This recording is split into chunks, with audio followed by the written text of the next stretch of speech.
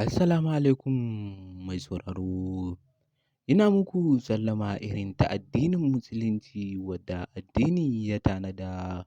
Kuma sannunku da jimirin sake kasancewa a cikin wannan tasha tamu mai albarka. Inda kuke cewa shahararren mawaƙin siyasar Nararara ya ja 'yan Kannywood da mawaƙa domin gudanar da wata sabuwar waƙa da za su gudanar a wannan ƙarshen shekara na Disamba mai sauraro.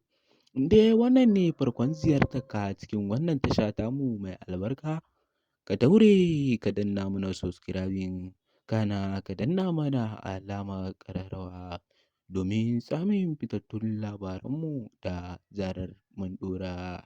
Ya ja 'yan Kannywood da kuma sauran mawaƙa na Najeriya irin su Adam Zango da M Sharif har da su Abale da Maman Tinadu da Umar M Inuwa da Abubakar Mai Shadda har da wannan mataimakiyar tasa wadda take mai amshi a waƙarsa wato Aisha Humaira mai sauraro.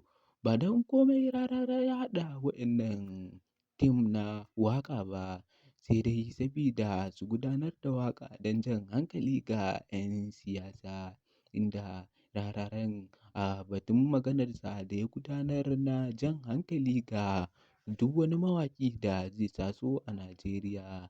To ya kamata ya zo ya yi rijista a tim ɗinsu domin tim ɗinsu ne zai taimaka mai sabida yanzu in kana gudanar da waƙa a duniya to ya kamata a san ka ga baki ɗaya. To su suna ƙara gode wa Allah da ya ƙara bayyana sunansu ya ƙara tallafa musu wajen yin waƙa. To shi ma ɗayan mawaƙin ya fito inda yake cewa wato Adam Zango inda yake cewa yana farin ciki da sashi a wannan ƙungiya da aka yi kuma yana farin ciki da wannan waƙar da aka gudanar kuma in sha Allahu 'yan siyasa za su ji kuma za su gyara abin da suke yi mai sauraro. Ka biyo mu a cikin wannan tasha tamu mai albarka domin samun fitattun labarai da zarar mun ɗora.